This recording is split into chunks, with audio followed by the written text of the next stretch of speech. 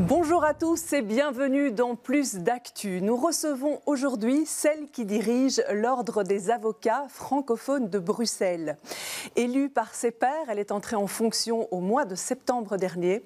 On reçoit la bâtonnière Marie Dupont.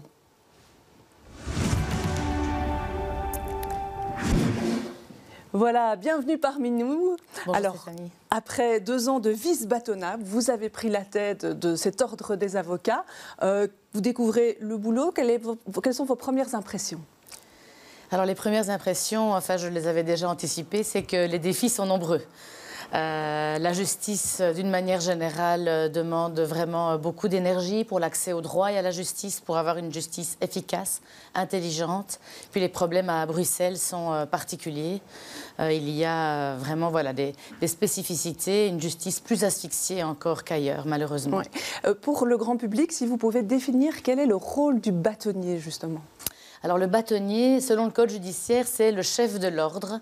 À Bruxelles, il y a la particularité qu'il y a 2 bâtonniers, un bâtonnier néerlandophone, Frank Udo, et un bâtonnier francophone, une bâtonnière cette fois-ci. Et donc le rôle, c'est vraiment au niveau des avocats de s'assurer que la discipline et la déontologie soient respectées, mais également d'interagir et d'intervenir sur tous les projets avec la magistrature, le politique, pour l'accès au droit et à une justice intelligente. Alors vous avez un mandat de 2 ans. S'il y a un défi, une priorité que vous voulez vraiment remplir pendant ces 2 années, quelle est-elle ? Faire reculer l'arriéré judiciaire et avoir une politique pénale intelligente. Alors, l'arriéré judiciaire, on va en parler. Vous êtes la première bâtonnière, mais on voit qu'en fait, la féminisation de la profession est en marche. On a la moitié des avocats qui sont des femmes. On a 2/3 des stagiaires qui sont des femmes. Dans la hiérarchie, ça prend un peu plus de temps, mais les choses évoluent. Les choses évoluent, elles évoluent bien à l'image de la société. Mais il n'y a que 100 ans que les femmes peuvent être avocates. Il a fallu une loi de 1922 pour autoriser les femmes à devenir avocates. Avant ça, on pensait que les femmes étaient trop faibles de par leur nature pour cette profession. Et on voit 100 ans plus tard, effectivement, la moitié des avocats sont des avocates. Il y a un petit temps de rattrapage pour avoir des femmes qui dirigent, qui sont dans les structures de l'ordre et qui sont dans les hautes fonctions, dans les cabinets d'avocats, aussi dans les conseils d'administration. Mais le train est en marche. Le train est en marche. Eh bien, on va en revenir à une actualité du 9 janvier dernier. C'était la prestation de serment du nouveau procureur du roi. On l'attendait depuis plusieurs années. Je vous propose de regarder ce reportage de Jeanne Pastre, Gauthier Flao et Pierre Delmé. Je jure fidélité au roi, obéissance à la Constitution et aux lois du peuple belge. C'est sous les applaudissements que Julien Moinil vient de prêter serment. Après 4 longues années sans titulaire, le parquet de Bruxelles accueille enfin son procureur du roi. Une nomination très attendue qui marque un tournant pour le monde judiciaire bruxellois. Le procureur du roi, c'est le capitaine d'une centaine de magistrats. Il ne part pas de zéro, mais c'est vrai que les défis sont très importants. Nous voyons avec l'augmentation des dossiers d'assises, c'est-à-dire des dossiers où quelqu'un est malheureusement tué, assassiné. Clairement, c'est d'un côté les violences intrafamiliales qui ont beaucoup augmenté, et de l'autre, tous les délits liés à la drogue. Malgré la lourde charge de travail qui l'attend, la désignation de Julien Moinil semble faire l'unanimité. Il a beaucoup de travail, mais je l'ai rencontré déjà à plusieurs reprises. Il en a envie et donc il a la capacité, il a l'expérience. Je constate que les chefs de corps, que les responsables de la police fédérale sont contents avec ce nouveau procureur fédéral. Cette nomination marque un nouveau départ. Le parquet de Bruxelles espère ainsi lutter efficacement contre la criminalité. Voilà, un nouveau départ, on l'attendait depuis longtemps. Qu'est-ce que les avocats attendent précisément de ce nouveau procureur du roi ? Alors, ce que nous attendons de M. Moinil, c'est une politique pénale qui soit intelligente, efficace et que l'on arrête le tout au répressif et le tout à l'incarcération. Il y a quand même ce réflexe de systématiquement envisager la sanction pénale comme égale la prison. Or, ce n'est pas ça une vraie réponse qui permette à la société de vivre dans des conditions agréables pour tout le monde. Alors, on va développer la question de la prison dans quelques instants, mais maintenant au niveau des dossiers, on sait qu'à Bruxelles, il y a pas mal de trafic de drogue. Pour l'instant, ça interpelle beaucoup les spectateurs, les citoyens. Est-ce que ça doit être la priorité, ça, du parquet pour vous ? C'est une des priorités du parquet et c'est important parce que c'est également l'occasion de... C'est une plaque tournante aussi au niveau de l'argent qui aide à financer aussi un certain nombre d'autres types de criminalité. Et donc c'est une des priorités, à voir aussi comment est-ce qu'on agit, pas uniquement sur la répression, aussi sur la prévention. Parce qu'on a beaucoup de jeunes qui sont désœuvrés et qui se retrouvent évidemment dans tous ces réseaux parce qu'ils n'ont pas vraiment d'autres options, en tout cas l'impression qu'il n'y a pas d'autres possibilités qui s'ouvrent à eux. L'arriéré judiciaire, il continue à augmenter à Bruxelles? L'arriéré judiciaire continue à augmenter. La criminalité augmente. À Bruxelles a en plus tous les méga dossiers.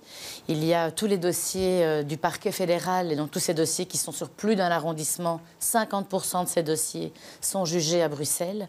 Il y a eu tous ces méga procès d'assises, le procès des attentats, le procès Sky et Sissi, tous les procès Rwanda qui monopolisent des juges, des procureurs, des greffiers, sans jamais aucun moyen humain supplémentaire. Et donc, Frédéric Valleux remettait d'ailleurs en cause le maintien de ces cours d'assises qui sont énergivores finalement. C'est une solution qui est proposée effectivement par le procureur général. Attention qu'il ne faudrait pas non plus que pour lutter contre l'arriéré judiciaire, on en oublie l'essentiel, et c'est-à-dire l'humain. Et donc, il est important de garder à l'esprit qu'une justice efficace, ce n'est pas une justice qui va plus vite et une justice qui sanctionne aisément. C'est vraiment se poser les bonnes questions et c'est pour ça qu'au barreau, on préfère de parler d'une justice intelligente que de justice simplement efficace. Quand on envoie nos équipes au tribunal pour un procès, souvent, on arrive et puis finalement, l'affaire est remise. C'est un phénomène qui est quand même surprenant. C'est dû à quoi ?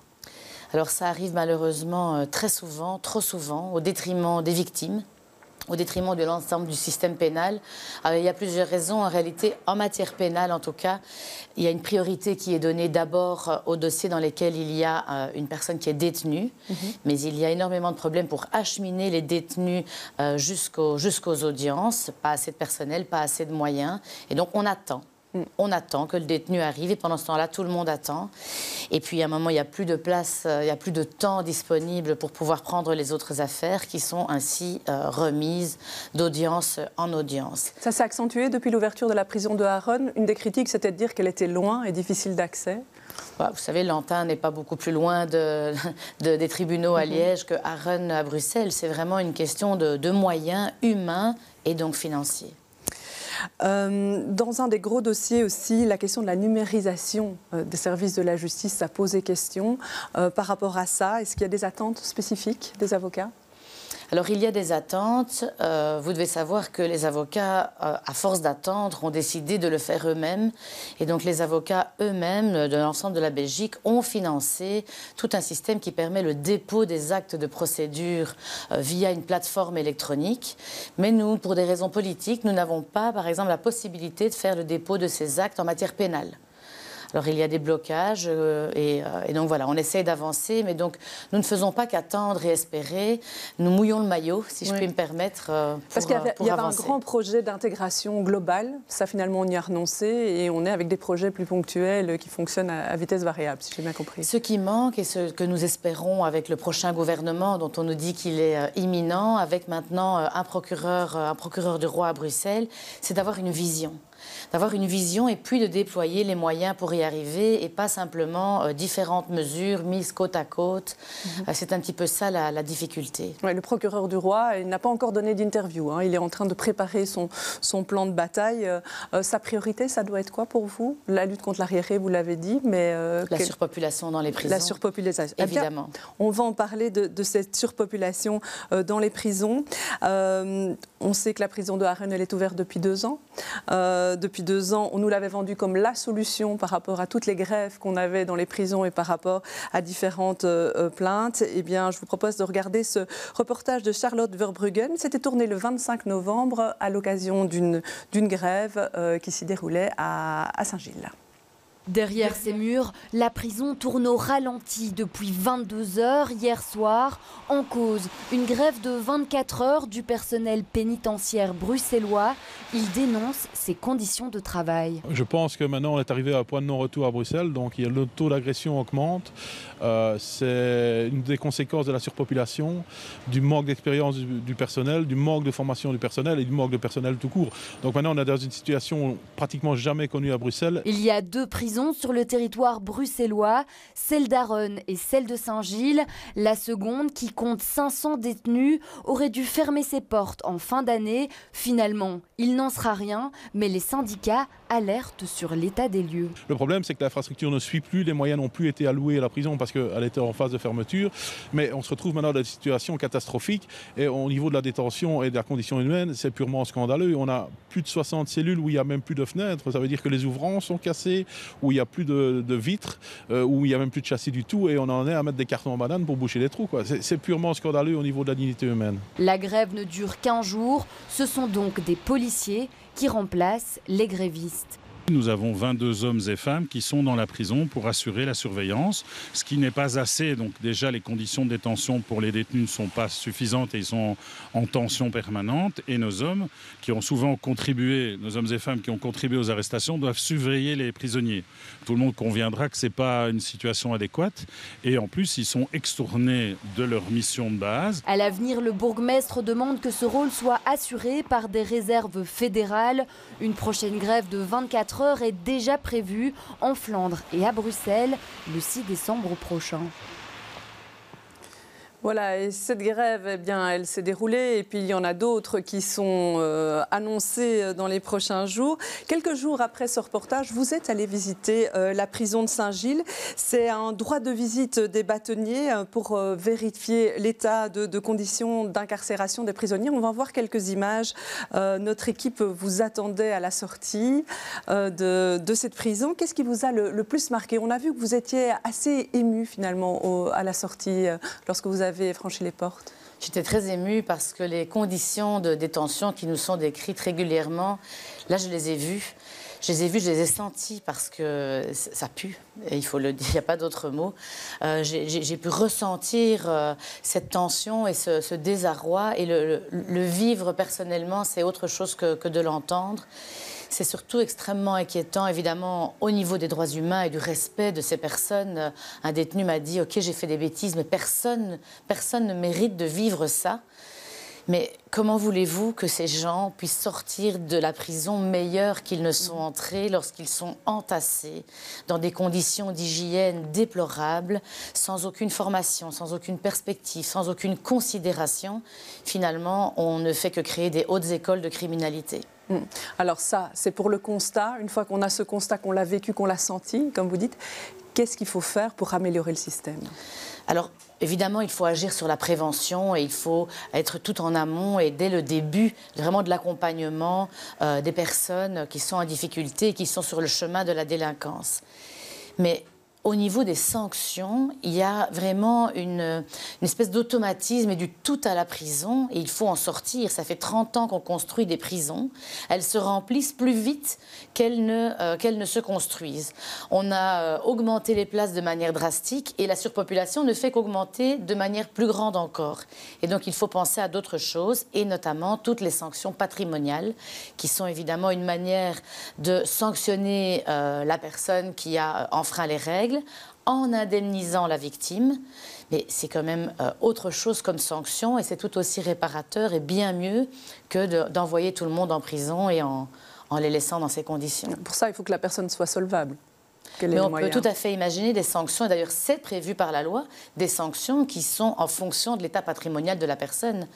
Et donc, quelqu'un qui a le revenu d'intégration sociale ne devrait pas avoir la même sanction pour le même fait que quelqu'un qui a des dizaines de milliers d'euros sur son compte, par exemple.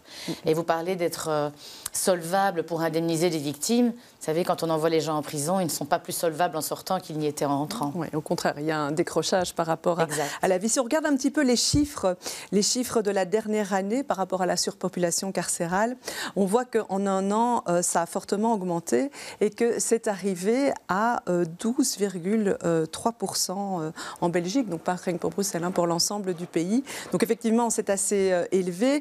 Il y a eu des auditions à la Chambre, hein, où on a reçu des directeurs de prison, enfin différents acteurs.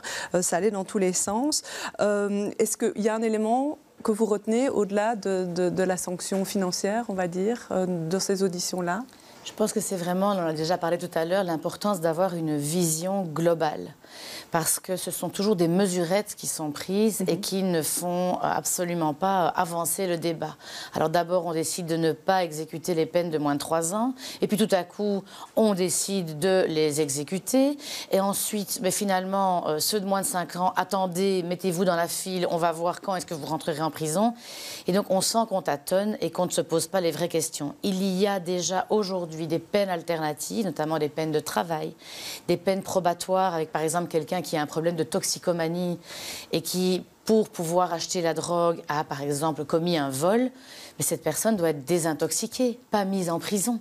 Et donc il y a vraiment une vision avec une réflexion en plaçant l'humain au centre, bien sûr les gens qui sont l'objet de la sanction pénale, mais aussi les victimes, et vraiment de réfléchir globalement et pas toujours des mesurettes ou avec vraiment des plâtres sur des jambes de bois. Le fédéral a commandé des modules d'une capacité de 600 places pour les maisons de détention. En fait, c'est des structures qui sont destinées à des peines de 3 ans ou moins. Ça, c'est une solution alternative intéressante ou pas pour vous? C'est une véritable solution alternative intéressante. Alors évidemment, c'est avec un accompagnement, mais quand on voit le coût d'un détenu, le coût de la criminalité, c'est un investissement qui en vaut vraiment la peine, avec des bons résultats, avec un accompagnement personnalisé pour des personnes qui ont été en décrochage à un moment. On ne devient pas délinquant comme ça du jour au lendemain, juste pour se faire plaisir. Il y a évidemment une descente qui se fait pour des raisons bien souvent sociales. Et donc, avec un accompagnement, c'est évidemment une véritable alternative. Alors récemment, on a décelé une faille dans le système des peines avec sursis. Finalement, il y avait un délai d'1 an par rapport à ces demandes de révocation. On ne sait jamais tenir ce délai-là. Et donc, le risque, c'est qu'il n'y ait plus de sursis prononcé, mais qu'on prononce des peines fermes. C'est quelque chose qui vous inquiète? Mais en réalité, on peut parler de toutes les mesures et de toute la vision que l'on veut. Et le procureur du roi va évidemment faire le maximum, mais il y a un moment où il va falloir poser la question des moyens. Il y a une urgence à avoir un impératif politique, à débloquer les moyens nécessaires. Alors c'est certain que l'éducation est aussi un manque de moyens, la santé, il n'y a pas que la justice, mais les besoins sont immenses. La moyenne européenne est à 0,31% du PIB pour la justice. En Belgique, nous sommes à 0,22. Il y a un besoin de 250 millions d'euros et donc il faut qu'il y ait des personnes qui puissent gérer ces dossiers. Donc à la fois une politique de prévention, des sanctions adaptées aux personnes pour qu'elles soient efficaces, pour que la société s'en sorte mieux. Mais il y a un moment, il va falloir avoir de véritables moyens. Alors qu'on l'a vu dans le reportage en début d'émission sur la nomination du procureur du roi, sa prestation de serment, une des priorités, c'était la lutte contre les violences intrafamiliales et l'augmentation des violences sexuelles. Je vous propose de regarder ce reportage à propos d'un service qui permet de bénéficier de l'aide gratuite d'avocats spécialisés. Il a été réalisé par Léa Dubuc, Nicolas Skenart et Corinne Debeul. Accueillir et aiguiller les victimes. Dans ce bureau, l'inspectrice principale de la police des mœurs reçoit et écoute les victimes d'abus sexuels et de violences intrafamiliales. Depuis le début du dispositif Lawyer Victim Assistance il y a 1 an, après chaque audience, elle fournit cette affiche. On voit avec elle si elle a besoin d'un avocat aussi spécialisé dans ces matières-là. Et c'est génial que LVA existe parce que nous, étant spécialisés dans le domaine, mais de pouvoir renvoyer vers des avocats spécialisés, ça permet de pouvoir en toute confiance renvoyer vers un autre partenaire clé dans la prise en charge de ces victimes. L'objectif du projet est de rendre plus accessible l'assistance juridique pour inciter les victimes d'abus à entamer des démarches judiciaires. Ça passe par une première consultation juridique gratuite, mais aussi par la formation pluridisciplinaire d'avocats. À ce jour, 150 avocats l'ont reçu. Au total, ce sont 303 victimes qui ont bénéficié de cette aide. Alors pour Bruxelles, c'est un bon petit début, si je peux le résumer comme ça, parce qu'évidemment, il faut le temps que la formation se fasse connaître. Il faut qu'évidemment, on puisse adapter au fur et à mesure la formation aux demandes et aux besoins de la problématique des victimes même. Le Lawyer Victim Assistance a été conçu en collaboration avec des associations de victimes. Bien que 53% des plaintes pour viol soient classées sans suite d'après Amnesty, pour Ingrid, membre de l'association Brise le silence, le plus important reste d'être entendu. Il aide vraiment à, je pense, peut-être rétablir quelque chose aussi au niveau des victimes et à déstigmatiser le monde judiciaire. Parce que moi, voilà, j'ai eu beaucoup de difficultés en me disant, voilà, est-ce que je porte plainte ou pas? Est-ce que je vais franchir cette porte? Est-ce que je vais y aller? Est-ce que je vais pouvoir oser? Chaque jour, 2 à 3 plaintes sont déposées pour violences sexuelles au commissariat de Bruxelles Capitale XL. C'est l'un des crimes les plus signalés. Voilà, alors est-ce que ce service fonctionne bien? Est-ce que suite à ça, il y a beaucoup de personnes qui sont allées vers ces avocats? Alors, beaucoup de personnes, je ne sais pas, parce que tout ce que l'on sait, c'est que dans les personnes qui font la démarche d'aller jusqu'à un commissariat, elles ont automatiquement la possibilité d'avoir accès gratuitement au conseil d'un avocat spécialement formé. Évidemment, nous ne connaissons pas toutes les victimes qui n'arrivent pas encore à ce cap. Mais voilà, je vous avoue que je suis très fière que ce soit des avocats de mon barreau qui ont eu cette idée, avec cette belle collaboration avec les acteurs de terrain, avec les services de police, avec les parquets, pour permettre vraiment à toute personne qui est victime de violences intrafamiliales ou sexuelles d'avoir accès à un avocat. Il y a un numéro de téléphone où on peut joindre une permanence. On peut l'afficher à l'antenne, ce numéro de téléphone. À partir de là, on vous réoriente vers un avocat qui est disponible. C'est vraiment accessible à tout le monde parce que parfois les gens ont peur en se disant ça risque de se retourner contre moi ou bien je ne vais pas être prise au sérieux. Ce sont des choses qu'on entend. Alors, cet entretien avec l'avocat se fait en toute confidentialité. Les avocats sont tenus au secret professionnel et donc ce qui va se dire entre la personne et l'avocat reste tout à fait confidentiel. Même le fait d'avoir appelé l'avocat et son propre nom reste confidentiel. Et donc, il n'y a vraiment aucune crainte à avoir à ce niveau-là. Et notre combat actuellement au barreau de Bruxelles, c'est de faire reconnaître les 4 premières heures de consultation au niveau de l'aide juridique. Et donc, vous savez que les personnes qui n'ont pas les moyens de se payer un avocat peuvent avoir un avocat payé par l'État, ce qu'on appelait avant les avocats prodéo.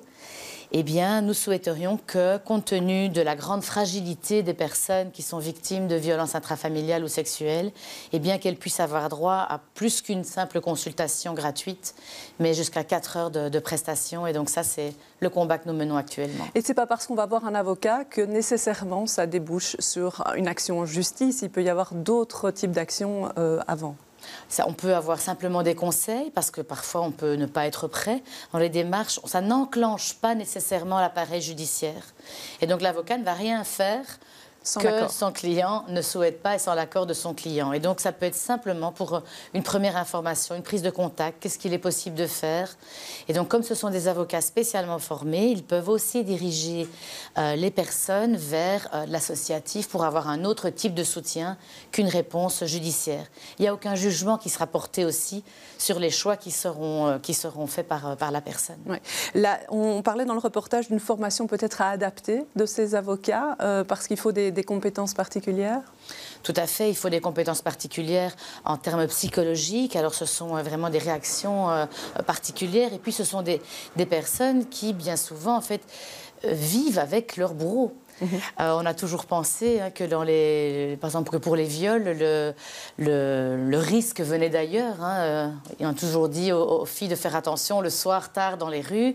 Et on se rend compte maintenant qu'en réalité, le risque, il est présent dans les foyers, dans les familles. Et donc, il y a évidemment une relation très particulière entre la victime et le responsable de la violence qu'il lui fait subir. Et donc, il y a toute cette formation et cette formation continue sur la manière d'appréhender la personne, la manière aussi de comprendre sa façon de réagir par rapport à ce qu'elle vit et à sa relation avec le responsable. Eh bien, on peut encore peut-être afficher une deuxième fois le numéro de téléphone pour les personnes qui seraient intéressées par ce service. Je propose qu'on en termine là, sur ce service qui est à disposition des citoyens. Je vous remercie d'être venu sur ce plateau. Merci Stéphanie. Je vous remercie de nous avoir suivis. On se retrouve demain pour un nouveau numéro de Plus d'actu.